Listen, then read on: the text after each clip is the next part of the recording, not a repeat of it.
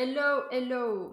Bienvenue au podcast du jour. Ça faisait longtemps que j'en avais pas enregistré et aujourd'hui c'est une interview, enfin plutôt un échange d'informations entre manifesteurs avec Julie, que je vais laisser se présenter avant de passer à la suite. Alors, Julie, enchantée le monde. Je suis très nulle pour les présentations, donc je ne vais pas me présenter outre mesure. Vous allez découvrir qui je suis au fur et à mesure. Je vous dirai juste que je suis Mani-Ego, ligne 2-4, et que ça s'entend. Et ça se remarque très vite, paraît-il. Et du coup, je travaille dans l'accompagnement et je suis focus sur accompagner les gens à faire ce qu'ils sont venus faire sur cette planète pour changer le monde, littéralement. Et voilà. Voilà, littéralement très manifesteur tout ce qu'elle vient de dire. Donc j'ai pas présenté le thème du podcast, mais aujourd'hui on va parler du 21-45 parce que non seulement c'est demandé dans ma communauté Instagram, et quoi de mieux qu'en fait une personne qui porte complètement ce canal pour en parler. Bon là on va être deux parce que j'ai aussi le 21-45 dans mon design, mais Julie elle a que celui-là. C'est quand même intéressant de savoir, elle a vraiment que ça. Et on a pas mal parlé avant de faire ce podcast pendant je crois 2 heures au moins, voilà, quasiment 2 heures, pour mettre un peu tout ça en place parce que justement, bon, de toute façon tu le décriras mieux que moi, mais c'est tellement naturel en fait chez toi de vivre ça que tu t'en rends pas compte. Ouais.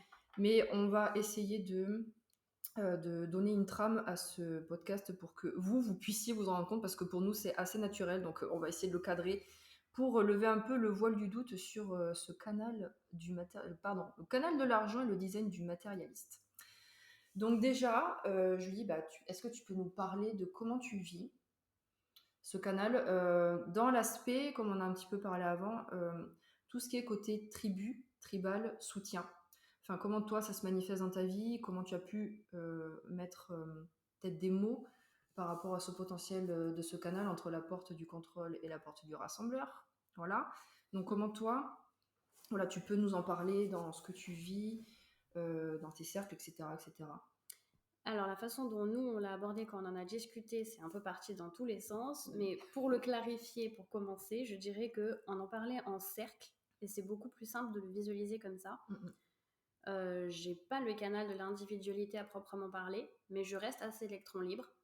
Ce qui fait que j'ai quand même cet aspect très, je pense pour moi, par moi-même, etc. J'évolue selon mes besoins personnels, mais dans la tribu, c'est-à-dire que mon second cercle après l'individuel, ça reste la tribu. J'ai besoin de ce soutien qui doit être mutuel.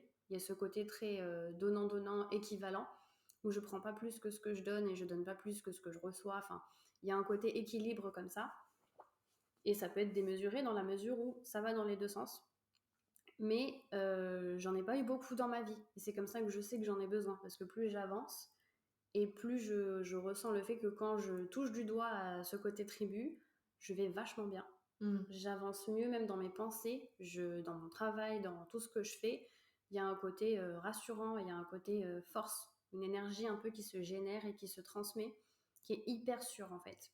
Chose que, troisième cercle, le collectif, la communauté, il y a un côté moins équilibre dans ce donnant-donnant qui n'est pas toujours équivalent et qui peut me mettre en défaut, qui m'a souvent mise en défaut, où je me suis sentie lésée ou parfois utilisée, ou c'est du ressenti bien sûr, parce que c'est jamais l'intention des gens, mais dans mon ressenti, j'avais ce côté où j'ai pas la mesure de ce que je donne, de ce que je reçois et de comment est-ce que mon énergie, qui est du coup assez limitée en tant que manie, Mm. elle peut être très vite dispersée. Parce que j'ai pas le truc de dire stop, d'autant que j'ai tous mes canaux ouverts. Donc parfois, je vais être poussée par une volonté qui n'est pas la mienne. Enfin, une volonté, c'est le mauvais mot du coup, parce que ma volonté est toujours la mienne. Oui. C'est tout le Ouais, ouais. reste qui n'est pas à moi. Donc je vais être poussée par une émotion qui n'est pas à moi, une nouvelle idée ou une pensée que je vais pousser plus loin et qui n'est pas à moi. Donc je vais dilapider beaucoup d'énergie dans ce collectif et cette communauté. Et ce sera pas forcément bon pour moi. Et du coup, je me suis rendu compte que ce côté, je travaille sur qu'est-ce qui est ma motivation intrinsèque dans mon individuel. J'ai besoin de la tribu pour que du coup ce soit hyper safe et hyper sain et hyper porteur. Et grâce au travail collectif de la tribu, on va pouvoir impacter le collectif et la communauté autour pour pouvoir y vivre plus aisément en tant que manie. Le but ultime, je pense, c'est pour moi en tout cas, de créer le changement et l'équilibre dans la communauté en passant par le travail de la tribu, qui est mon premier cercle après ma vie intérieure personnelle. Mm. Et je le vis de façon plus équilibrée comme ça. maintenant, mais ça n'a pas toujours été le cas. Et quand c'était pas le cas, je m'en rends très vite compte parce que si j'y reste trop longtemps, je tombe vite dans le non-soi Mm. et dans la colère du fait que mes valeurs personnelles sont pas respectées, mon énergie est dilapidée et ça altère aussi mes relations avec les gens parce que du coup, c'est très déresponsabilisant parce qu'on se disperse dans les relations, on se Mm. disperse dans les missions des autres et on peut finir par en vouloir aux autres en fait. Ouais. Et comme tu l'avais dit aussi tout à l'heure, et je trouvais que c'était intéressant parce que c'est ta nuance, mais je trouve qu'elle fait sens, c'est que la communauté n'est pas forcément la bonne tribu. La tribu, c'est vraiment C'est ton ça. socle de base qui Mhm. t'apporte le soutien, qui te donne un retour de manière vraiment équilibrée, qui est bonne pour toi. Ouais. En plus, t'es ligne 4. Mm. Donc, il y a quand même besoin d'avoir ce bon réseau autour de toi.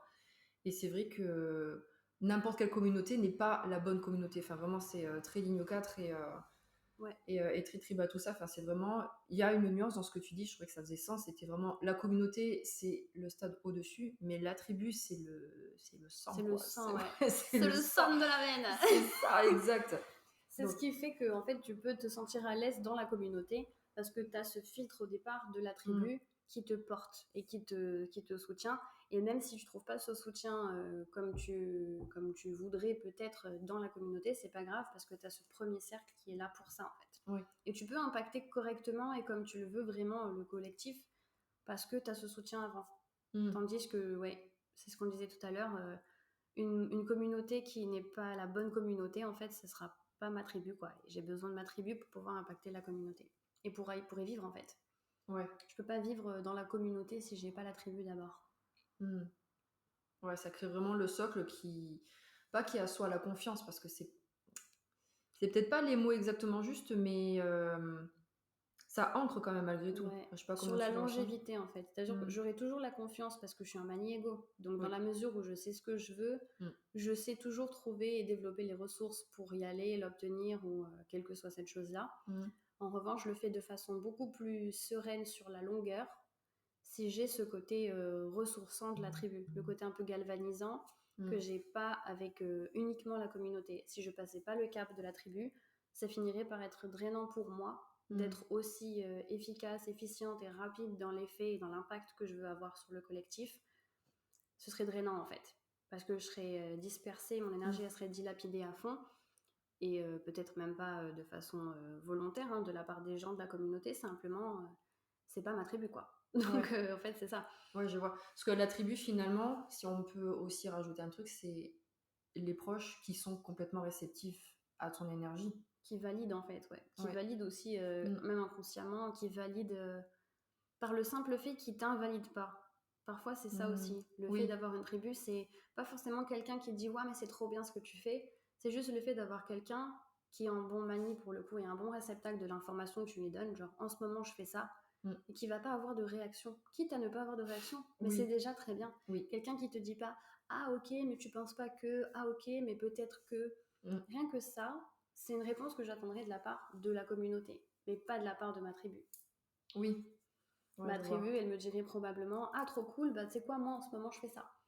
J'ai aucun retour feedback réellement. Mais en fait, je suis un maniego, j'en ai pas besoin, les gars. Genre, c'est ça. Juste, j'en ai pas besoin. Par contre, le simple fait qu'il n'y ait pas d'objection, eh ben, ça porte quand même ma confiance dans ce que je suis en train de faire. Ça porte mon existence et mon ancrage dans ce que je suis en train de faire. Le simple fait qu'il n'y ait pas d'objection, mon inconscient, en tout cas, le perçoit comme une validation, en fait. Oui. Chose que la communauté, de façon assez erratique, va porter des jugements, des opinions, même quelque chose de pas forcément foncièrement négatif. Mais le simple fait que ça existe dans la conversation, ça peut être... c'est pas un alignement à ce que je suis en train de faire, quoi. Et ça peut me drainer, tout simplement. Mais moi, de ce que j'entends, c'est la non-réponse. Parce que là, on parle de non-réponse, finalement. Si tu fais tes trucs, ça te laisse l'espace. C'est ça. Ça laisse complètement l'espace à ton urge, à ce que tu as à faire, à ce que tu as à dire. Peu importe, mais c'est... En fait, nous, ça ne nous trigue pas, la non-réponse. Pas besoin d'une réponse. Non. Par contre, une réponse... En fait, c'est ça, la réponse positive, genre « Ah, trop bien », ça va être reçu comme très neutre pour nous. Genre, ça fait plaisir, c'est cool, mais en fait, c'est juste optionnel. J'en ai pas forcément besoin. En revanche, une réponse même un tantinet ah, mais t'es sûr ? Juste ça suffit. C'est déjà un obstacle en soi. Parce qu'en fait, c'est ce que fait pas la tribu, tout simplement. Le simple fait de laisser les portes entièrement ouvertes sans être un peu frileux, sans trembler les genoux vite fait en se disant « Ah mais t'es sûr ?» c'est une validation. Et c'est quelque chose que seule la tribu peut apporter. Et je m'en suis rendu compte que récemment, en rencontrant des gens qui ont la même... j'ai envie de dire le mot audace parce que je suis un maniego et que du coup, ce que je le fais avec beaucoup d'aplomb, on va dire, je rentre dedans direct parce que je veux ça, donc j'ai pas de moyen pour tergiverser et le dire autrement qu'en fait, je veux ça. Donc c'est vrai que ça peut heurter, et si on n'est pas de la tribu, ben ça va s'entendre en fait, ça va se savoir.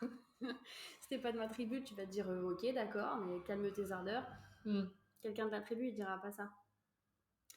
Oui, il va savoir que finalement, c'est ce que tu fais va mener au bon fonctionnement de l'ensemble de la tribu qui a besoin en fait de chaque élément. Enfin, comme s'il avait besoin, la tribu, c'est comme si elle avait besoin de chaque élément sans en avoir besoin. Ouais. Je sais pas, c'est comme tu disais en fait, dans ton individualité, tu contribues à la tribu parce que tu as comme la porte subite en soleil conscient, si jamais. Mais tu es complètement électron libre déjà dans cette tribu qui te soutient, te valide, et après le collectif, c'est pas forcément de ton ressort que à toi non non, plus, c'est ça. Vraiment, dans ma perception personnelle, ma mission à moi, de façon ultime, je dirais ultimately, si j'étais en full bilingue, j'ai pas le mot français donc je pars sur ça. Oui. Ultimately, super accent, ce serait que le monde aille au mieux du possible en fait. Et je sais que pour ça, j'ai besoin de la tribu parce que seule en fait, je suis pas la norme de l'humanité, j'ai pas ce pouvoir céleste en moi d'être le soleil du monde, donc j'ai confiance dans le fait que la tribu, à elle tout entière, peut contribuer de mille et une façons à bonifier le collectif, mais j'ai besoin d'être cet électron libre parmi tous les électrons libres de la tribu pour pouvoir opérer, et de savoir qu'on le fait en synergie. En fait, c'est ça qui donne la force au côté tribu pour moi, c'est de savoir qu'il y a cette synergie autour qui agit dans une optique assez similaire à la mienne, dans un but global qui est le même, mais dans sa propre indépendance de comment tu le fais, pourquoi tu le fais, et on va pas se rendre des comptes, parce qu'on a confiance dans le fait qu'on le fait pour la même raison, donner au maximum ce qu'on a à donner au monde le temps qu'on est là, quoi. Et c'est tout ce dont j'ai besoin personnellement pour être à l'aise dans la tribu. C'est ça. Juste petite précision, parce qu'il y aura peut-être des non-tribaux qui vont entendre ça. Tribu, c'est pas forcément famille. Hein. Enfin, moi, comme je le décris, c'est qui est comme moi, ou qui a la même connexion que moi, qui a les mêmes vibrations que moi, qui a la même direction. Enfin, on peut avoir plusieurs. Enfin, moi, personnellement, je sais pas comment tu le ressens, mais on peut avoir plusieurs tribus. Moi, je sais que j'ai la tribu danse. J'ai eu la tribu, par exemple, cavalier pendant un temps. Là, c'est tribu des inhumains, et puis il pourrait y en avoir d'autres, mais ça reste des personnes ou des socles qui ont vraiment la même essence directionnelle que moi et qui du coup œuvront en fait dans la même direction. C'est beau ce que j'ai dit. Alors écoute, pause, restez avec nous. Une résonance incroyable avec ce qu'on disait juste avant sur les motivations intrinsèques. Parce que les tribus, genre la tribu danse, la tribu recherche, la tribu aventure, juste avant, vous n'étiez pas là, mais on va vous mettre dans la confidence. Voilà. Juste avant, on discutait d'un sujet que moi j'aborde beaucoup dans mon travail, qui est la motivation intrinsèque. C'est quoi qui te porte en tant qu'humain? C'est gravé dans ton ADN. Tu es venu sur Terre avec la capacité de vibrer face à cette dimension de la vie. Par exemple, si la danse, ça fait partie des choses qui te mettent en énergie, même si tu étais à plat, on te dit on va à la danse, tu commences à danser et tu es à 100% en 5 minutes, c'est parce que de façon intrinsèque, c'est quelque chose qui te porte et qui fait vibrer toutes les cellules de ton body, mon gars. Ça veut dire que tu es faite pour ça. Et en ça, on repère sa tribu à travers ses motivations intrinsèques. Et c'est vrai que les gens qui vibrent de la même façon face à un sujet, elles vibreront peut-être pas avec toutes tes motivations intrinsèques, mais en tout cas, celle-ci, elle vous appartient à vous en tant que tribu. Moi aussi, j'ai ce côté, j'ai la tribu tissu aérien, j'ai la tribu très recherche académique, très recherche méthodologie, j'ai la tribu très scientifique aussi, j'ai la tribu stratégie, humaniste. Enfin, on a tous des tribus qui nous ressemblent, mais pas en tous les points, simplement les points qui nous suffisent. Oui. Et il faut savoir à quelle tribu s'adresser selon le soutien dont on a besoin aussi. Je pense que c'est important à faire comme distinction. Ouais. Bah d'ailleurs, justement, avant de passer aux autres thèmes, si tu veux nous parler un petit peu de... Tu sais, parce qu'en fait, Julie, elle a fait une analyse avec moi il y a quelques semaines, je sais même plus quand, bref, c'était il y a pas très longtemps. Et c'est vrai que cette notion de soutien, toi, t'avais peut-être pas posé des mots. Enfin, c'était le mot là au début. Enfin, il me semble qu'on en avait parlé. Le soutien m'est venu au fur et à mesure que j'ai compris ce que tu entendais par tribal.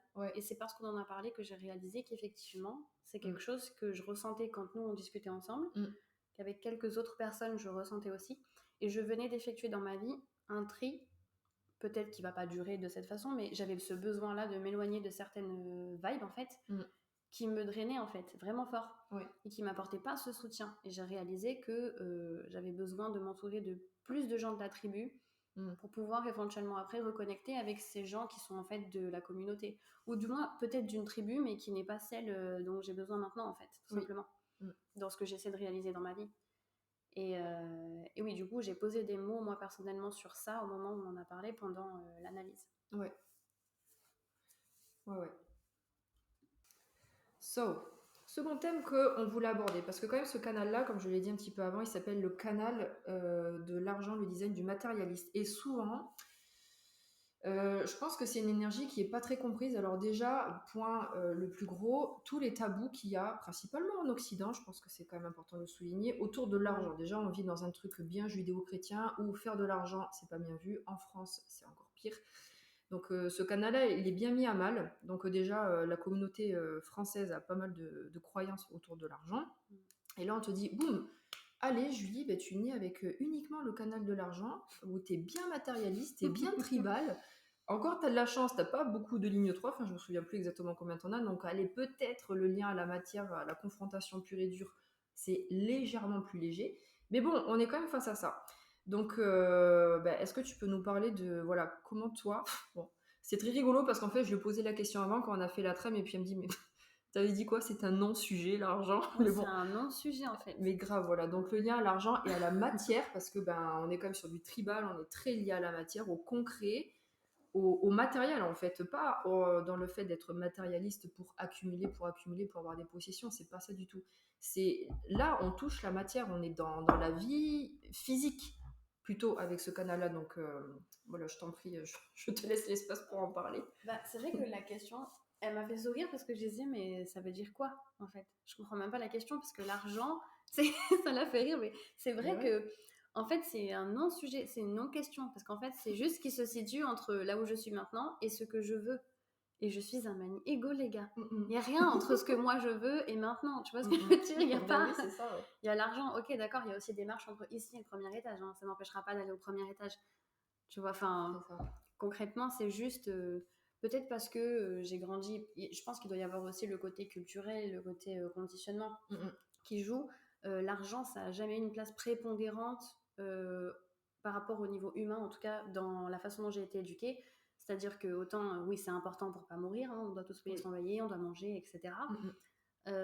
Après, j'ai souvent entendu le truc, oui, on est une famille modeste, dans le sens où t'es pas né aristocrate, donc si t'es un aristocrate, tant mieux, hein, ça veut pas dire que ton rapport à l'argent, il est forcément biaisé, mais je parle de mon expérience. J'ai jamais eu cette sacralisation de l'argent, outre le fait que, oui, c'est sûr, si t'en as plus, c'est sympa. Oui. Ça te donne accès. En fait, ce que moi j'ai toujours compris, c'est ça te donne accès à. Et moi, quand j'entends ça te donne accès à, ce que je me dis, c'est juste un moyen, en fait. C'est comme un ascenseur ou un escalier pour aller à l'étage du dessus ou du dessous, d'ailleurs. C'est circonstanciel, c'est contextuel, c'est un outil comme un autre. Et je sacralise pas les outils. Les outils, c'est aussi bon que ce qu'on en fait. Oui. En fait, un marteau, c'est sympa pour planter des clous. Ça peut être très dangereux dans les mains de la mauvaise personne. Et ironiquement, l'argent aussi. Mais du coup, c'est juste un outil, en fait. Donc, ça, c'est jamais quelque chose de trop important dans mon esprit. C'est juste important quand j'en ai besoin. Mais c'est pas l'argent qui est important. C'est le fait que j'ai ce que je veux. Et généralement, le ratio effort-récompense, il est respecté si à la fin, j'ai obtenu ce que je voulais. Et on parlait de tout à l'heure quelque chose d'autre qui est le fait que j'avais, entre guillemets, une carrière toute tracée. Je me suis donné les moyens, encore une fois, financiers pour le coup. Je travaillais à un moment donné quand j'avais une vingtaine d'années, peut-être 19 ans. Et je me suis dit, ok, pour réaliser ce que je veux, c'est-à-dire changer la façon dont le management ça marche dans les métiers de service, il faut qu'apparemment j'ai un diplôme pour qu'on prenne au sérieux et que j'accède à un poste qui me permettra de faire des changements. Ok, il faut faire quoi? Il faut faire une école sup? Ok, c'est combien? D'accord, c'est bon, je vais faire ce qu'il faut pour avoir cette somme. Ce que ça veut dire, en fait, c'est juste, je sais pas combien de temps ça va me prendre, mais dans une semaine, je te dis exactement jour pour jour dans combien de temps j'ai telle somme. C'est très pragmatique, en fait. C'est quelque chose de... C'est un non-sujet. C'est juste une étape, en fait. Donc, on m'a dit, il faut que tu aies tant d'argent pour payer cette école. J'ai fait mes calculs. Rapidement, c'était réglé. C'était réglé. J'ai même pris sur moi d'aller vivre en Australie pendant 6 mois avant de faire ça, parce qu'au final, je pouvais le faire. Parce que quand j'ai décidé que je le fais, je le fais. C'est à ce point que c'est un non-sujet. De la même façon, quand j'ai réalisé qu'une fois que j'ai eu cette position, parce que Maniego, j'ai clairement obtenu cette position, c'était pas suffisant, dans le sens où je me promettais à gagner de l'argent, certes, mais j'allais pas réaliser le changement que je voulais réaliser. Ça semblait impossible de l'intérieur.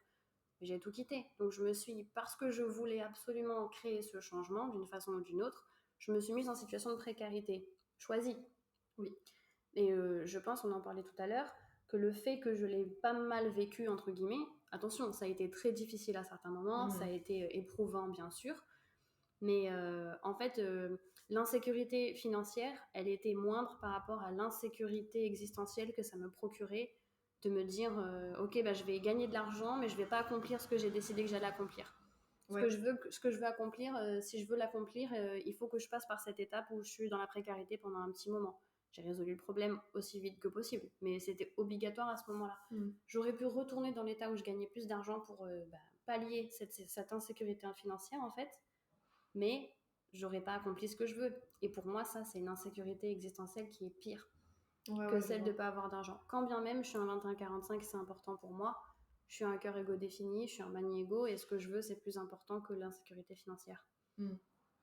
Ça a joué, hein, par contre. C'est ce qui fait que j'en suis sortie. C'est que du coup, c'est suffisamment intriguant pour moi pour que je trouve les ressources pour pas y rester pendant 1000 ans non plus. Oui. Faut pas se mentir. Mais par contre, à choisir, je refais la même chose. Voilà, mais c'est ta force de motivation qui a vraiment tout drivé. Enfin, moi, c'est un petit peu la même chose quand je me suis lancée en immobilier. Il fallait faire assainir les comptes entre 3 et 6 mois avant, donc avoir des tenues de compte irréprochables, c'est de ne pas faire des dépenses dans tous les sens, c'était de faire passer 2-3 trucs au black pour pas que ça rajoute sur l'endettement. Mais pour, au final, séduire les banques et arriver à ce que je veux, à savoir, c'était acheter des appartements. Donc oui, je me suis mis aussi, même pendant des années, pas dans un truc de précarité, mais à vivre très chichement, mais parce que je voulais, à ce moment-là, avoir un empire immobilier, enfin pas un empire immobilier, mais avoir des biens immobiliers, enfin voilà, c'est très relatif maintenant, mais bref, accumuler des biens, parce que j'avais aussi un objectif derrière, c'était que l'accumulation de ces biens devait me faire gagner suffisamment d'argent pour que je ralentisse mon métier, que j'ai plus de temps. C'était ça mon but final. Donc en fait, j'allais dire tous les sacrifices sont bons, c'était pas... Oui, on peut dire ça... Venir. Je sais pas si c'est vraiment des sacrifices, mais c'est des choix en fait qui vont impliquer de l'inconfort matériel, parce que c'est ce qu'on a vécu en fait. Enfin, tu vois, ça n'a pas été confortable matériellement parce que moi je comptais, enfin toutes les semaines je savais combien je retirais, combien il me fallait pour vivre, l'essence, quel truc je pouvais dépenser. Enfin, non, on voit pas après derrière les forces de volonté, enfin toutes les conséquences que ça a, parce que moi je savais mon budget, au moins je savais exactement combien sortait, combien rentrait. À l'euro près, combien je pouvais mettre de côté et combien, avec tout ce que je pouvais mettre de côté, je pouvais avoir ça à la fin de l'année. Bref, c'est des calculs. Enfin, 21-45, il s'est calculé. Et vite, hein. Oui, très vite. Voilà, 21-45, il s'est calculé. Mais il sait aussi voilà, se priver pour les choses qui le motivent, en fait. L'élan de motivation, la direction de motivation que ça prend, quoi. C'est un fait. Par contre, ça peut aussi être un piège. J'ai quand même envie de rajouter ça, c'est que moi, je l'ai fait. En tant que Maniego, je sais que c'est ma volonté qui est supérieure à tout le reste, en fait. Il n'y a même pas de... Si c'est ce que je veux, pour des raisons qui sont vraiment liées à mes motivations intrinsèques, on en parlera après, mais si c'est lié à ce pourquoi je suis là, il n'y a rien qui pourra aller au-dessus, en fait. C'est impossible physiquement, hein, physiquement irréalisable. En revanche, c'est pas quelque chose à faire sur le long terme, qu'on soit Maniego ou pas. C'est-à-dire que je reste quand même dans l'accompagnement. Tout ce qui est neurosciences motivationnelles, impact sur l'inconscient, impact sur la physiologie, c'est hyper important de connaître aussi la limite. C'est-à-dire que c'est pas parce que la volonté elle est très très forte qu'il faut pousser dans les retranchements au point où ça devient du sacrifice et plus un investissement. En fait, il y a vraiment une césure entre le moment où c'est un investissement et le moment où ça devient du sacrifice, parce qu'on sait tous que trop peu, trop longtemps, ça part dans le trauma, direct. C'est un fait. Mais du coup, ce qui est important, c'est de savoir aussi bien se jauger, savoir à quel moment, ok, là, j'ai suffisamment été dans le précaire, j'ai suffisamment fait attention, j'ai suffisamment fait du sacrifice. Non, j'aime pas utiliser le mot, mais j'ai suffisamment tiré sur la corde, on va dire. Il est temps de changer de stratégie. Pas d'objectif et pas de finalité. Je vais pas changer ce que je veux. Mais par contre, je vais changer de stratégie. Je vais peut-être décider pendant un moment, de revenir à un rythme de vie qui soit un peu plus, entre guillemets, décent, un petit peu moins, de vivre un petit peu moins chichement du coup. Ça veut pas dire que j'arrête mon goal, ça veut juste dire qu'il faut rester conscient de nos besoins à chaque moment. C'est-à-dire que ce que j'ai fait, je l'ai fait sur un temps que j'ai décidé de limiter. Il y avait une date de début et une date de fin. Et je me suis dit, si à ce moment-là, le but n'est pas atteint, on change de stratégie. Il ne s'agit pas de s'enfermer dans un cycle où la seule solution, c'est de se priver, parce qu'on s'éloigne du but. Le but, c'est quand même d'être heureux dans la vie. On est dans l'hédonisme. Le but, c'est pas de se rendre misérable. Il ne faut pas croire qu'on se sacrifie pour aller bien. Cette idée-là, elle est nulle. C'est comme je travaille pour mieux vivre. Non, tu vis pour vivre en fait. Il n'y a pas d'histoire de je vis pour travailler pour mieux vivre. Ou... C'est nul en fait. Tu fais le truc parce que tu estimes que c'est viable. Et si c'est plus viable à un moment, on ne change pas d'objectif, mais on change de trajectoire. Et il faut juste garder ça en tête. Et je pense que ça participe à l'équilibre du 21-45 aussi, de savoir quand la richesse intérieure et la richesse extérieure, elles sont plus en équilibre en fait. Oui. Ouais, non, mais ça, c'est un gros thème aussi. Tout ce qui est en lien avec cette forme d'abondance, oui, bah, cette découverte intérieure et extérieure, qui est... Il n'est pas forcément, entre guillemets, trop spirituel, ce canal-là, mais je trouve que c'est... Il sait quand même équilibrer le tout. Ouais, ça dépend qui le porte, en fait, c'est vrai. Ouais, oui, je pense aussi. Ton niveau de conscience va beaucoup influer sur la façon dont tu le vis. Et après, moi, ce que j'ai remarqué souvent chez les... Cœur Ego défini, mais 21-45, c'est que, genre, les dépenses inutiles, genre, t'acheter un Vuitton, tu vois, ça voilà, elle secoue la tête. C'est un non-sens complet. Non, mais... Enfin, c'est une chose d'aimer le luxe, non, mais pas la para, tu vois. Non, c'est ça. Puis si t'aimes vraiment le luxe, tu te voues à vivre une vie qui te permet sur le long terme ce genre d'achat. Oui. C'est-à-dire que là, tout de suite, j'ai pas besoin d'un Vuitton si j'ai rien à mettre dedans. Et il se trouve que je suis dans une phase de vie où j'ai rien à mettre dedans, donc garde ton Vuitton. Je m'en achèterai 14, si tant est que ça me fait plaisir, quand j'aurai plein de choses à mettre dedans, parce que je suis blindée comme never, et que j'ai ma vie de rêve, en fait. Si tant est, encore une fois, que c'est ton but, en fait. C'est pas forcément le cas, parce qu'on est sur un canal matérialiste, mais le mot matérialiste, il a beaucoup de connotations. Oui. Et là, tout de suite, l'exemple, il va beaucoup dans le sens de la connotation, mais... réellement, on a un canal matérialiste. Moi, je ne me voue pas à avoir 60 sacs de designer dans mon armoire. C'est pas mon but. En revanche, je prétends à vivre une vie où si ça devenait mon but, je pourrais l'avoir. Ouais. Oui, c'est ça. En fait, c'est ça. Mais c'est aussi, après, bon, ça c'est plus que Ego défini, moins 21-45, c'est qu'il y a quand même une gestion, je sais pas comment tu dis toi, mais la gestion de tes ressources matérielles qui est naturelle, tu vois. Même si tu as été dépensière, ou si tu as utilisé ton argent, c'était pas pour du factice, tu vois, c'était peut-être pour du voyage, c'était peut-être pour, comme tu l'as très bien dit aussi, ça on n'a pas parlé tout à l'heure, mais il y a une différence entre dépense et investissement. C'est pas la même chose, hein. Voilà, pour moi un voyage est un investissement. Bien sûr. Pour moi. Après voilà, chacun aura sa version, mais c'est vrai que, bon, pour reprendre l'exemple du sac Vuitton, ça n'est pas un investissement, donc du coup dans notre tête ça grille. Je comprends pas pourquoi acheter un sac Vuitton. La première chose qui m'est venue, c'est mais pourquoi tu fais ça? Ouais, voilà. Alors, c'est pas pour la marque Vuitton, parce qu'on fait pas de placement de produit, mais c'est pour l'apparat, en fait, du matériel qui n'est pas utile dans le développement intérieur et dans le développement de notre richesse aussi, finalement, intérieure. En fait, il faut partir du principe que la ligne 21-45, elle est aussi basée sur la notion de but, en fait. Il y a un truc où le côté matérialiste, à la limite, il va être plus de l'ordre du atteindre quelque chose. Dans le sens où je me mets dans un cheminement où je vais faire attention, je vais me mettre dans telle ou telle situation, je vais gérer mon argent de telle et telle façon. On ne gère pas les choses quand on n'a rien à accomplir, en fait. Si on gère les choses, c'est qu'on est en quête d'accomplissement de quelque chose. Ça veut dire qu'il y a un point de finalité, il y a un moment où ce quelque chose il va se produire, en fait. Donc il ne faut juste pas oublier ça, c'est que ce n'est pas une façon de vivre en général. C'est une façon de vivre d'un moment A à un moment B où le truc il sera accompli.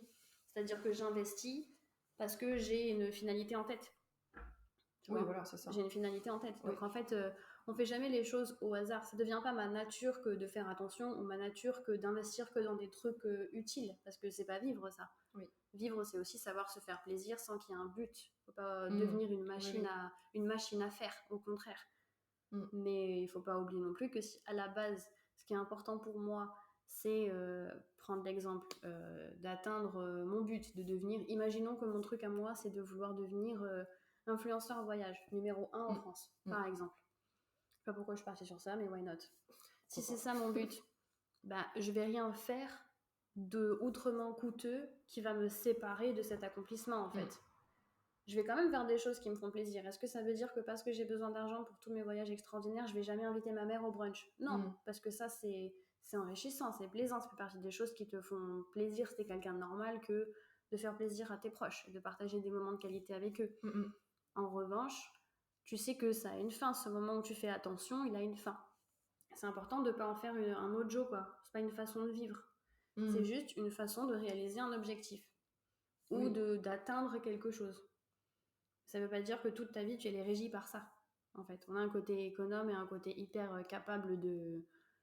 On est capable d'atteindre des objectifs. En fait, c'est ça. C'est vraiment une question de gestion des moyens. Ouais, voilà, c'est ça. C'est ce que j'allais dire parce que du temps que. Parce qu'en fait, en tant que manie, comme on en a parlé tout à l'heure, tu vois l'objectif à la fin. C'est ça. Et alors, bon, je sais pas si c'est purement manie, mais en tous les cas, le 21-45, je pense, soutient fort de ce côté. Le but, il est là. Pour aller là, il faut utiliser ce chemin, ensuite celui-là. Et bon, ça, après, je pense que c'est assez non sacral, pas forcément comme manie, mais je sais pas comment tu le vis toi, mais moi, je sais.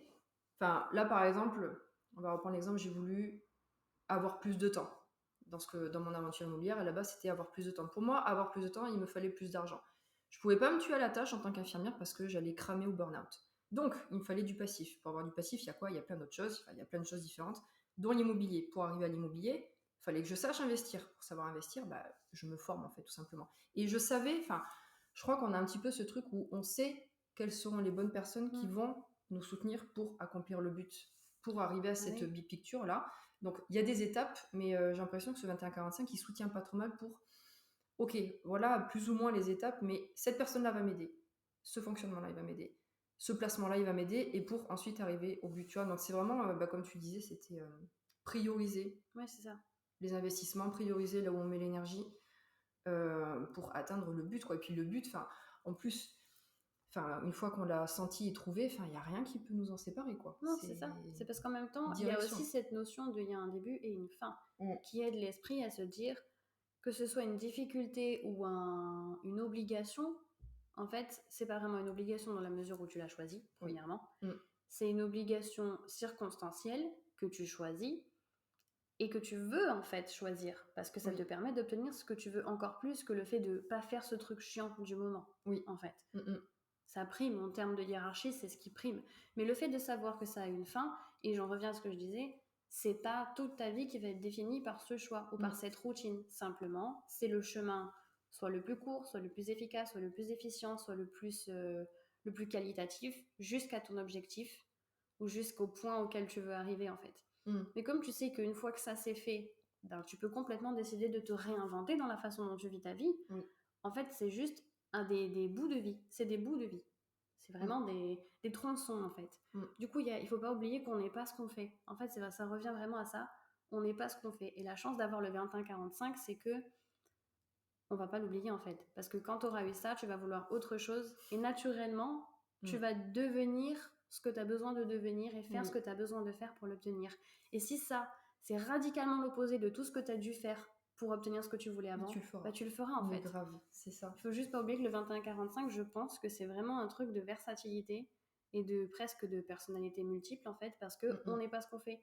Et c'est cette capacité d'être un peu caméléon dans nos vies et d'être capable de devenir ce qu'on a besoin de devenir au moment où on en a besoin, pour ce qu'on veut, et de complètement devenir mais entièrement quelqu'un d'autre pour ce qu'on voudra juste après. Parce qu'on peut en fait. Non, mais ça fait trop sens parce que tu vois, moi, il y a quelques années, je me suis lancée dans l'IMO, je me suis dit, on a été drivé, on est un petit peu la même génération par il faut être propriétaire, la propriété c'est la sécurité, bref, on connaît le truc. Moi, j'ai acheté et là, je suis vraiment dans une phase de vie où je me sépare de tout mon immobilier, je ne veux plus d'attache et je veux juste naviguer le monde en fait et ne plus avoir du tout d'attache fixe. Donc, tu vois, tu l'as dit et ça fait tilt maintenant, mais c'est vraiment, moi, je suis passée d'un truc où j'étais dans l'aspect possession, effectivement, d'accumulation de biens. Et là, je suis dans un état d'épuration, mais le plus drastique possible, en fait. Et je me dirige complètement vers ça, quoi.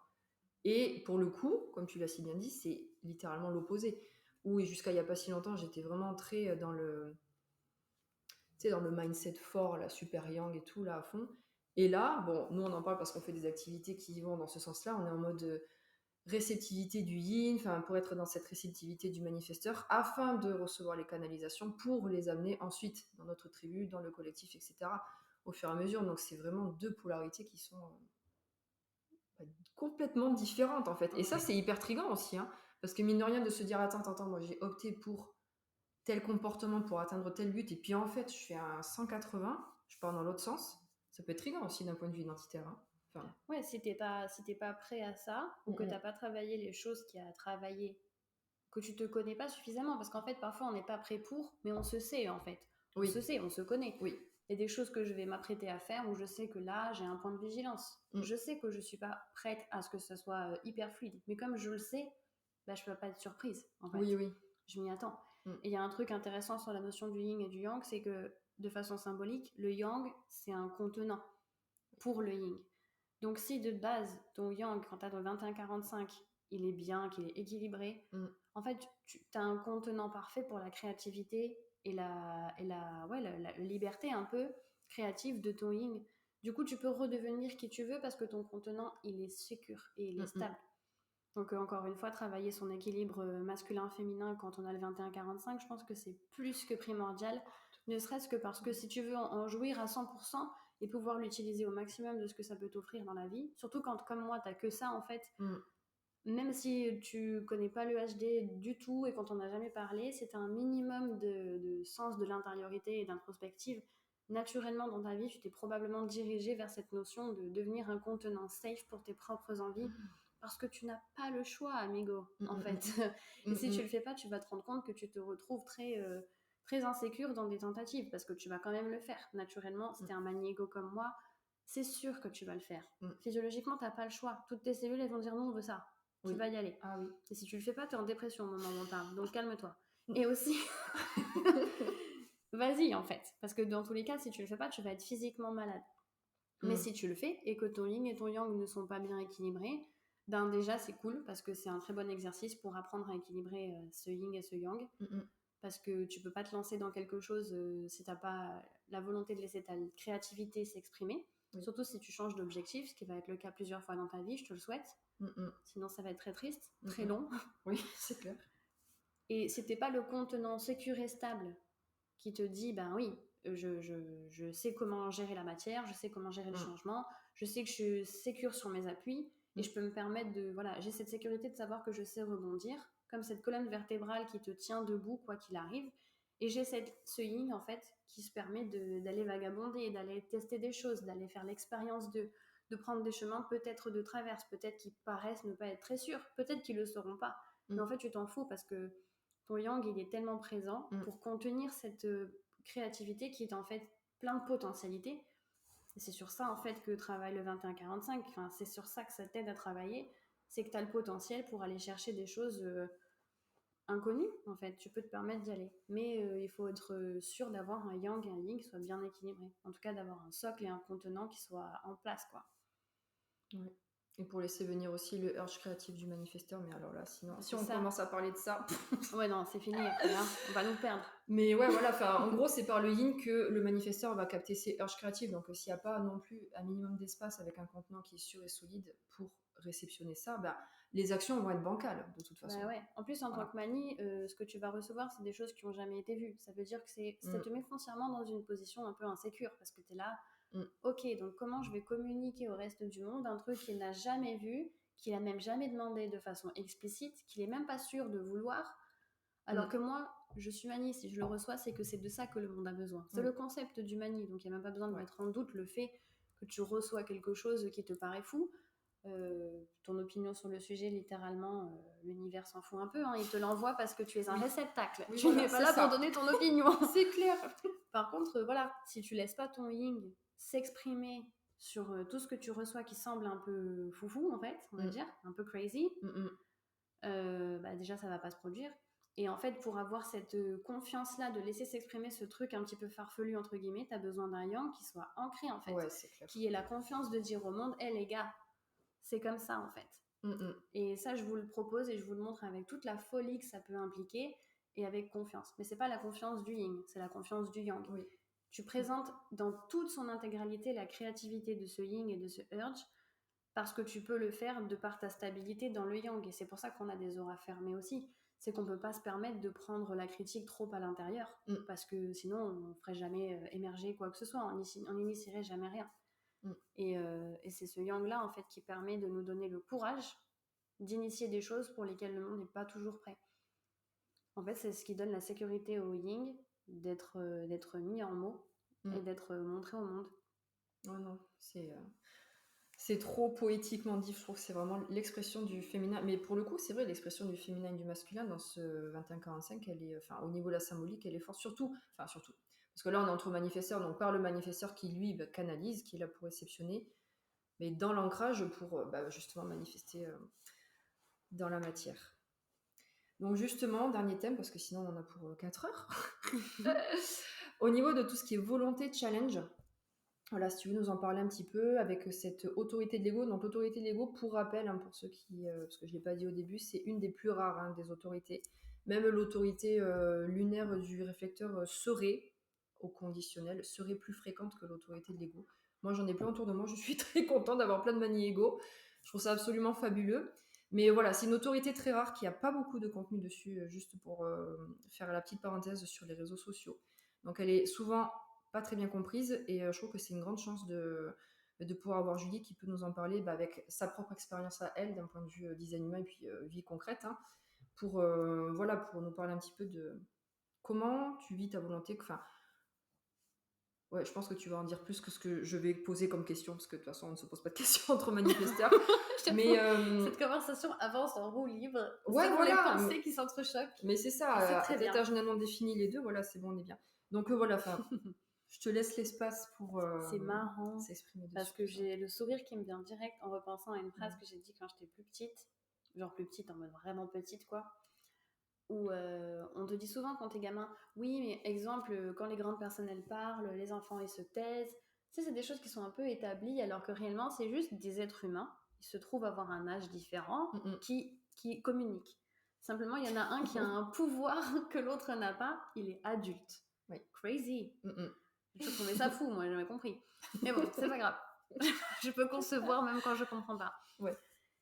Et en fait, c'est vrai qu'on m'a souvent fait la réflexion, quand j'étais plus vieille, en fait, adulte, mais toi, du coup, t'as décidé ça comme ça, que tu pouvais faire comme tu voulais, ou que, en fait, la norme, elle t'atteint pas du tout. Je dis, mais qui a décidé Excusez-moi, mais moi, j'étais pas là le jour où on a tous voté, un par un, sur Terre, pour dire c'est ça qu'on fait. Ouais. Personnellement, j'ai raté ce jour d'élection-là. Je n'étais pas présente. Il n'y a pas de vidéo, tu sais, de l'Institut national des mémoires de l'humanité où genre on m'a montré ça.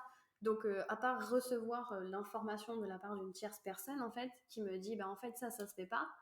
Si tu peux pas répondre à la question que j'ai eu posée gamine, genre qui a décidé, pourquoi, si tu peux pas répondre à ma question pourquoi et qu'en retour j'accepte cette réponse comme valide, c'est une non-réponse en fait pour moi. Il n'y a pas, je fais ce que je veux. Ouais. Parce qu'en fait, j'ai fait le calcul très tôt, on est beaucoup trop pour qu'on se soit tous mis d'accord. C'est juste qu'il y a 21-45 qui calcule encore. Voilà. J'étais petite dans mes petits cahiers là, avec mes petites couettes et on m'a dit non, on m'a dit n'importe quoi. Et j'ai dit bah non, vous avez décidé ça concrètement et je me suis posé cette question très simple. Si je le fais pas, il se passe quoi? Voilà, juste rien du tout.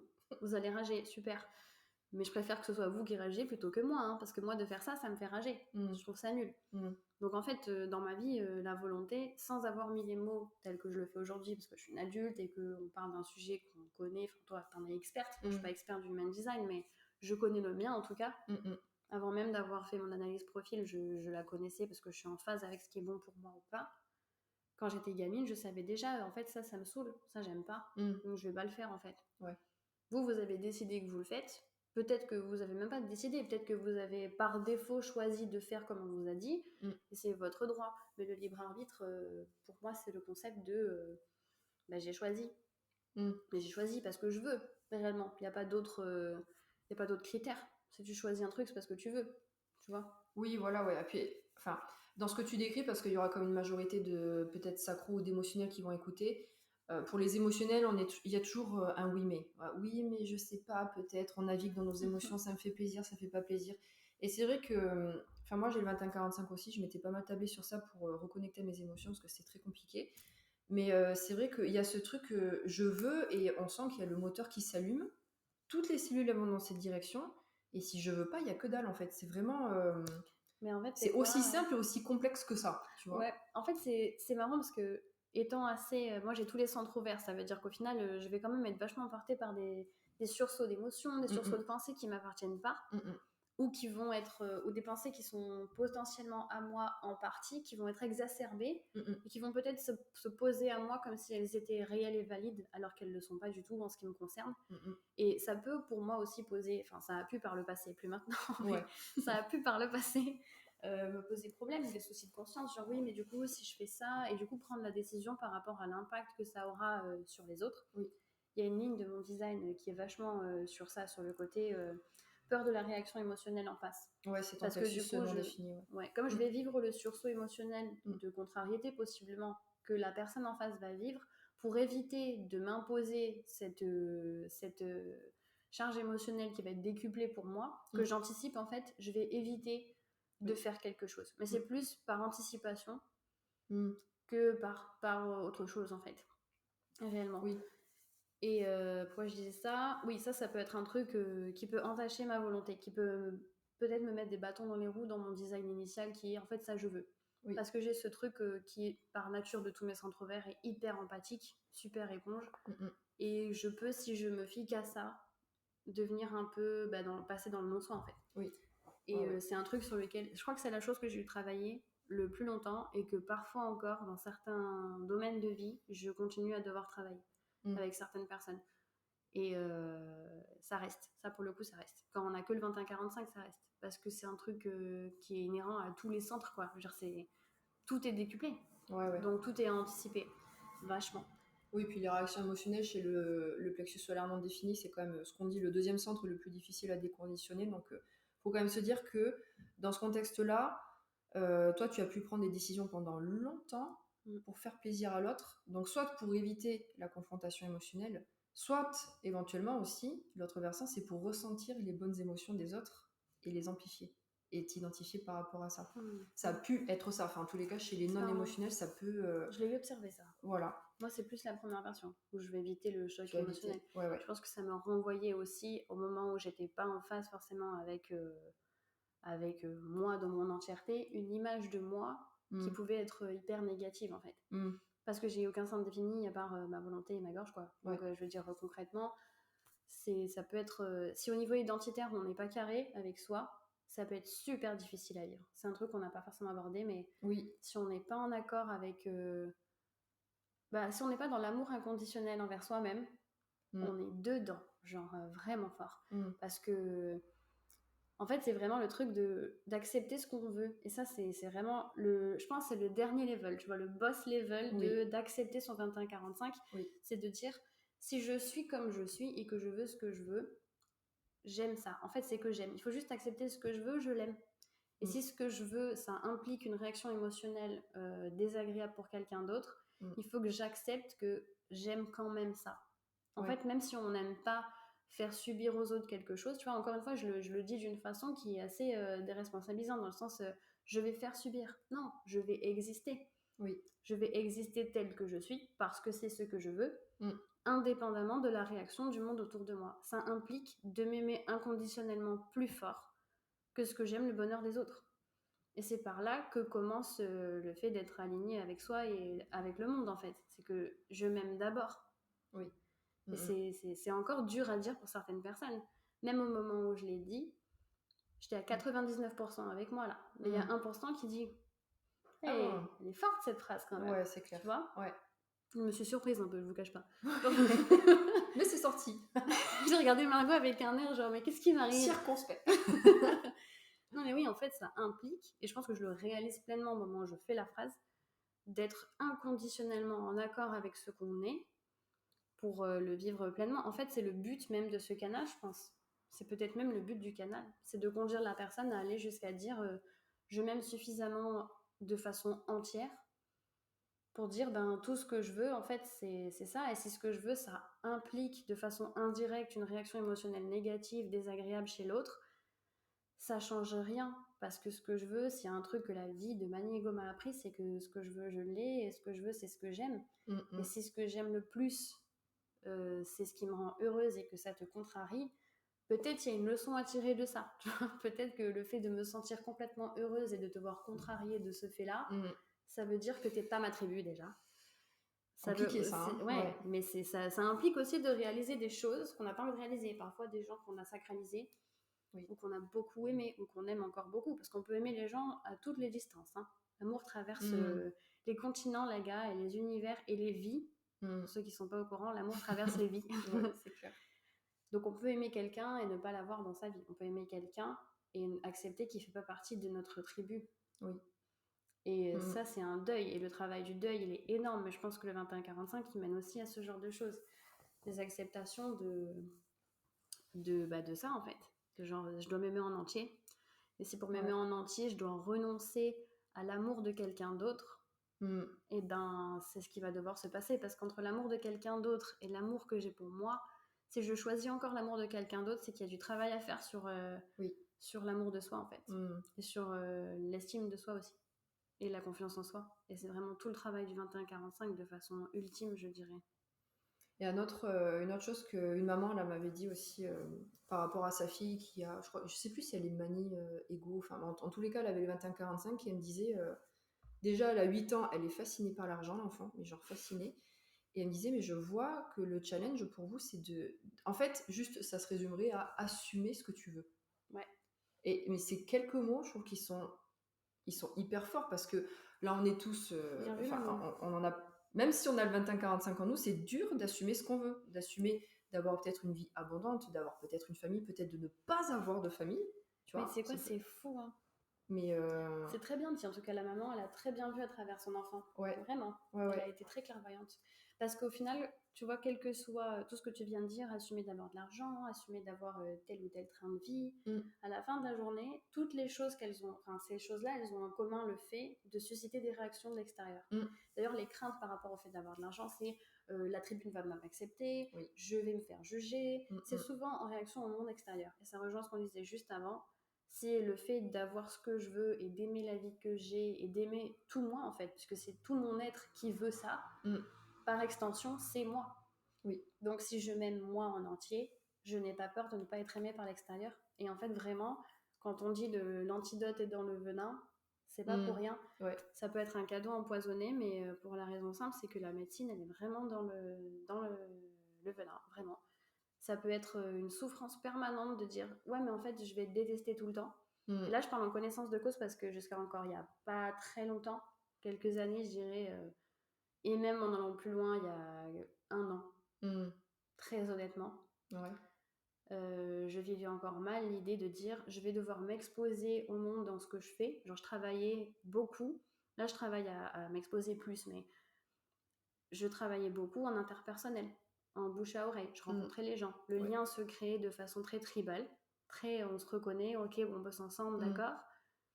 Mais pas de façon où je m'expose face au monde. Parce que ce côté 21-45, je me rends compte au moment où je le dis. Je pense que c'est cet aspect, le côté final du truc, qui me bloquait un peu en mode oui, c'est ce que je veux, mais à quel point tu le veux? Parce que si tu le veux vraiment, tu vas devoir prendre le risque. Tu vas devoir accepter que le monde entier ne t'aime pas en entier comme toi, tu vas t'aimer. Et en fait, c'est soit tu les laisses, eux, t'aimer à la mesure où dans ta tête, hein, parce que c'est que dans ta tête, faut pas oublier ça. Hein. Tout est illusion, les gars, c'est que dans ta tête. Soit tu les aimes, tu les laisses t'aimer à la mesure où ils ont décidé, en fait, que tu as de la valeur, ce qui est complètement arbitraire et particulièrement stupide, de fait. C'est vraiment se leurrer. Soit tu acceptes que tu es exactement ce que tu es, tu aimes ce que tu es, tu aimes ce que tu veux, tu le fais parce que c'est important pour toi, ça a de la valeur intrinsèquement pour toi, c'est le but de ton existence, c'est ta motivation intrinsèque. Et c'est même plus de prendre le risque de ne pas être aimé, c'est même plus un risque, c'est même plus pertinent en fait. Voilà, la volonté à tout dépasser là. Au moment où tu t'es transcendé, et je pense que le mot il est vraiment là, quand tu te transcendes à travers ce que t'es, au point où le monde extérieur ne peut ni te juger, ni te déprécier, ni t'impacter de façon désagréable ou négative et changer le sentiment que tu as vis-à-vis de toi-même, tu as complètement débloqué le level 21-45 en fait. et tu as atteint l'apogée de ce que tu peux être en tant qu'être humain qui n'a que ce canal. Tu n'es là que pour ça. Ouais, c'est Apprendre ça. à te kiffer par-dessus tout. Et sachant que c'est généralement, enfin, en ce qui me concerne, c'est un truc de maniego, j'ai le besoin de participer à bonifier le collectif par la tribu. En fait, pour pouvoir faire ça, ce qui est naturellement très désintéressé. Hein. Enfin, il n'y a rien de plus désintéressé que de vouloir donner de sa personne pour bonifier le collectif en aidant la tribu à se bonifier elle-même. Oui.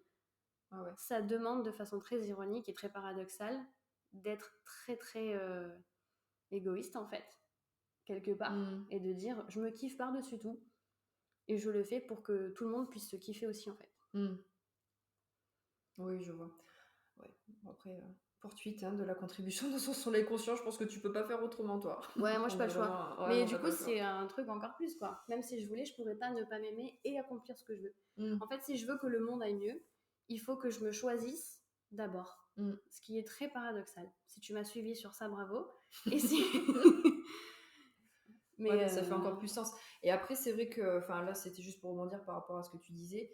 Le fait, enfin, je pense que c'est trigant pour tous les manifesteurs, bon, pour tout le monde, mais encore plus pour les manifesteurs. Mais quand on touche à ce que tu as dit, t'aimer suffisamment, au risque de ou perdre ou de faire éloigner des gens, on touche au rejet du manifesteur. Alors ça, bon, j'en ai fait, bref, un module à part, mais faut savoir que le rejet chez le manifesteur, c'est, enfin, je sais pas comment toi tu l'as vécu, mais c'est une hantise, mais d'une viscéralité. On repart pour 1 heure là. On repart pour 1 heure. On va pas rester dessus.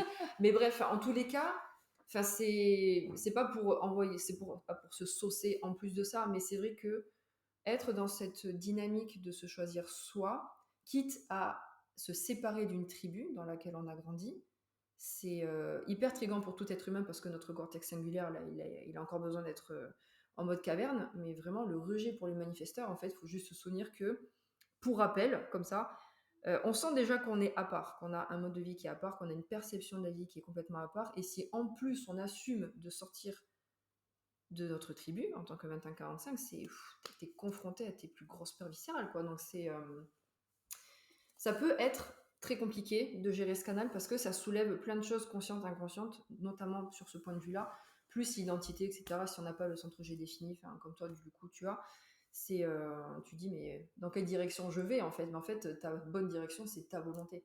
C'est ça. En fait, ça te demande, sachant que c'est ton seul compas, c'est le nord, en fait. Ouais. C'est le nord. Imagine, t'es un viking au milieu de la mer, déchaîné, il fait noir, la mer est noire, le ciel est noir, il n'y a pas une étoile dans le ciel, il y a air. Tout ce qu'il y a, c'est le nord. Et le nord, c'est ce que toi tu veux parce que c'est ton compas. Et c'est la seule chose que tu as. Et tu peux faire confiance qu'à ça. Par réduction, ça veut dire ne faire confiance qu'à toi. Au niveau de ce que toi tu décides qui est beau, ce que tu décides que tu aimes en fait.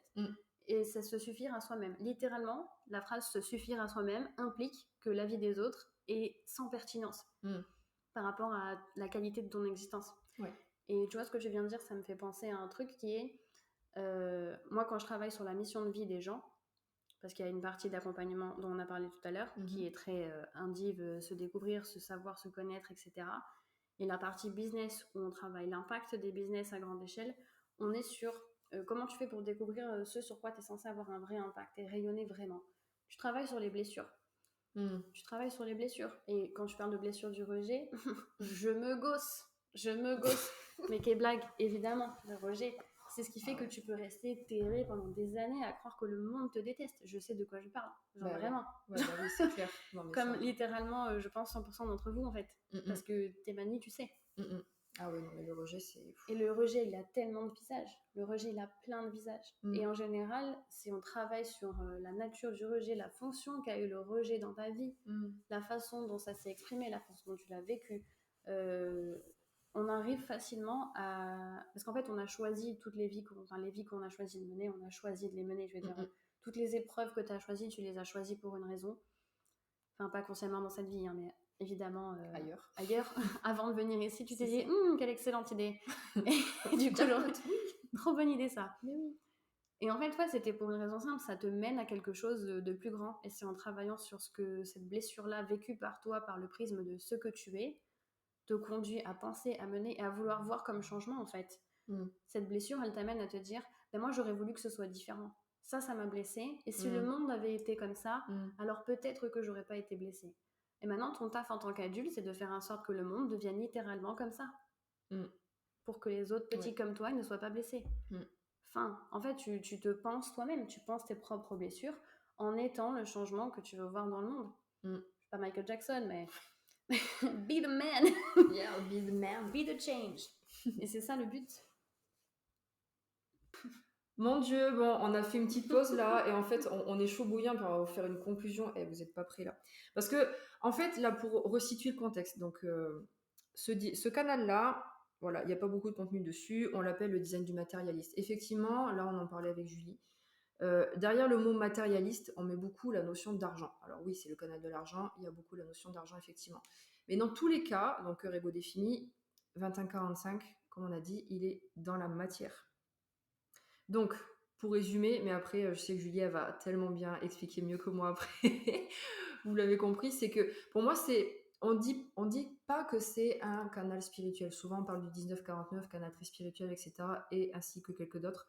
C'est pas très français ce que j'ai dit, mais vous avez compris. Mais pour moi, c'est vraiment... Enfin, moi, je l'ai vécu comme ça aussi dans mon expérience. C'est que c'est un canal qui est extrêmement challengeant parce que pas qu'il force, c'est pas le bon mot, mais il amène profondément à relier l'esprit à la matière. Parce que là, on est vraiment donc dans cette incarnation, en tant qu'esprit dans un corps, mais là, on n'a pas le choix que d'être encore plus dans la matière, que d'être relié à la matière. Et en plus, on sait aussi par tous les courants qui existent que oui, on a un esprit mais détaché du corps parce que la matière, c'est un peu éclaté. L'argent, la possession, c'est un peu éclaté. Enfin, il ne faut pas trop être dans la possession et le matérialisme. Sauf qu'on fait souvent l'amalgame entre matérialisme et arrivisme. Ouais. Arrivisme fait tout et n'importe quoi pour arriver à ses buts. Le matérialiste, il est dans la matière et il joue avec la matière, plutôt.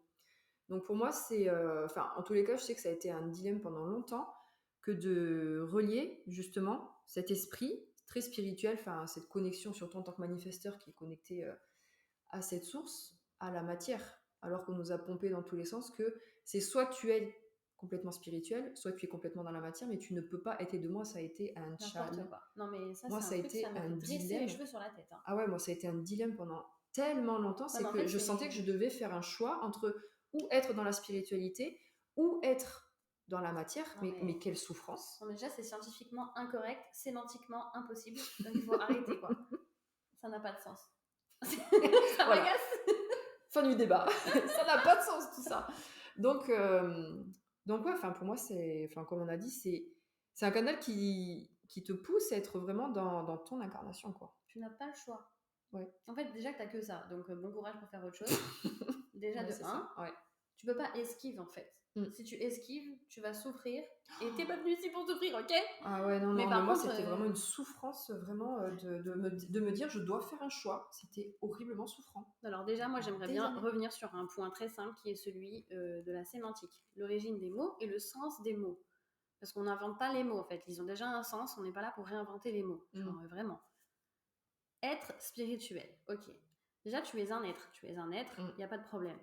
Tu peux pas être un être humain et ne pas être spirituel, pour la raison simple que l'incarnation, et c'est un sujet que je maîtrise parce que j'en ai parlé souvent dans mes coachings, j'en ai même carrément fait un thème entier, le coaching d'incarnation. J'ai enlevé les mots parce qu'il est un peu éclaté au sol, je trouve, mais voilà, j'ai arrêté de l'appeler comme ça. Ouais. Mais je le fais quand même, parce que c'est la nature des choses. En fait, t'es un être vivant, t'es un esprit incarné sur Terre, dans la matière. Tu es tout ça. Donc c'est comme si une fleur me disait je suis pas très botanique. Alors en fait t'es une fleur donc t'as pas trop le choix. Tu vois ce que je veux dire? Ton opinion n'a que très peu de pertinence quant à la réalité des choses. T'es un être humain, t'es incarné. D'un point de vue purement physique, on dirait que c'est l'élément baryonique, la masse baryonique, c'est la matière. C'est littéralement ça. Et on est sur du scientifique, on n'est pas sur un truc spirituel, je suis une grande prêtresse. Quand bien même si c'était le cas, ce serait toujours aussi correct, parce que c'est la vérité. Que ce soit bien clair. Voilà. Mais réellement, scientifiquement parlant, la masse baryonique de quelque chose, c'est la matière. La matière. Toi, tu es de la matière, mais t'es pas de la matière genre vide de toute forme d'existence. T'es un être incarné. Si t'es un être incarné, t'es incarné. Quelque chose est incarné en toi. Donc il y a bien deux entités. Il y a toi en tant qu'être incarné et quelque chose qui s'incarne. C'est de l'esprit. Ouais. Tu es donc par définition spirituel, que tu le souhaites ou non. C'est ta nature. C'est pas un choix, c'est ta nature, que ce soit clair. Donc vraiment, ça devrait même plus être un débat. Ouais. Donc en fait, si on revient à tout ce qu'on a dit jusqu'à présent, le 21-45 qui est un canal qui te pousse et qui te donne tous les moyens et les épreuves qui sont nécessaires à t'incarner dans l'amour absolu de toi et dans le don absolu de tout ce que tu es pour la communauté, c'est un canal qui est voué exclusivement à l'incarnation, qui ne peut pas avoir lieu sans un esprit pour s'incarner. C'est un canal spirituel. Fin de l'explication. Ça peut pas... C'était clair, je pense, parce que tu peux pas avoir un lien de cause à effet s'il manque un des maillons de la chaîne, et en fait, si un esprit n'est pas incarné, il n'y a rien.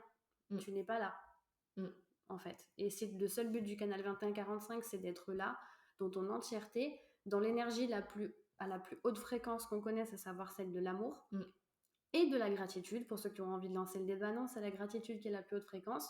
Part du principe que c'est la même chose, parce que si tu es là, déjà de 1, c'est parce que tu l'as choisi, tu es dans la gratitude qu'on t'ait accordé ce cadeau-là, parce qu'il y a sûrement plein d'âmes qui se bousculent pour vouloir venir ici et vraiment s'incarner, parce que faire l'expérience de la vie en 3 dimensions, avec toute la sensorialité que ça amène que d'être incarné dans un corps, dans la matière, et le son, et les odeurs, et les couleurs, et le toucher, et le goût, au-delà même des émotions et des liens qu'on crée avec les autres, qui sont d'une puissance sans nom. L'amour, ça vient pas de rien. Enfin, c'est une énergie en soi, mais quand elle est incarnée, elle est d'autant plus puissante parce que tu la ressens à travers tout ce que ça peut faire au niveau du corps, que d'aimer quelqu'un, d'être en sa présence, de ressentir cet amour aussi quand il est réciproque. Quand c'est incarné, c'est plus qu'une énergie. C'est incarné, en fait. Il n'y a pas de mots pour ça. Et le 21-45, c'est ça. C'est cet amour envers toi-même, de façon désintéressée pour les autres. Il n'y a rien de plus spirituel que ça, en fait. Rien. Donc c'est le canal le plus spirituel qui existe, et la raison pour laquelle le côté matérialiste, moi je l'ai jamais lié à l'argent. Déjà, comme je disais tout à l'heure, l'argent est un non-sujet. Je comprends même pas que ce soit un sujet, en fait. Pas compris ce jour. C'est genre un bout du chemin, mais c'est pas du tout le paysage de fin, en fait. C'est pas là où tu te diriges. Vraiment pas. C'est une conséquence. Si à la fin il se trouve qu'il y a beaucoup de manies qui se trouvent avoir des vies d'abondance, c'est juste parce qu'ils vibrent l'abondance. Autant dans l'amour qu'ils se portent, pour en revenir au sujet de départ, que dans l'amour qu'ils donnent aux autres, par la vocation qu'ils ont à avoir un impact sur le collectif. Et du coup, ça leur revient, parce qu'on vit dans un univers qui est régi par la loi d'attraction, et si tu vibres l'abondance, tu reçois l'abondance à tous les niveaux. Mais c'est très conséquentiel, en fait. C'est juste la conséquence du fait que tu vis aligné à ton design, dans l'amour absolu pour toi, et dans le monde dans lequel tu vis. Et il n'y a rien de plus spirituel que ça, encore une fois. Je pourrais pas le paraphraser une 4e fois. Non, je pense que ça suffit. Au max. On est assez allé au but là. Bon, on va terminer sur ça. Je pense qu'on aura sorti pas mal de belles choses sur ce podcast. En tout cas, merci beaucoup, Julie. Merci à toi. Magnifique échange entre manifesteurs. On espère que ça vous plaira. Grave. Mais écoutez, peut-être à bientôt pour de nouvelles aventures. Grave, de prochaines aventures. Allez, ciao, ciao. Bisous.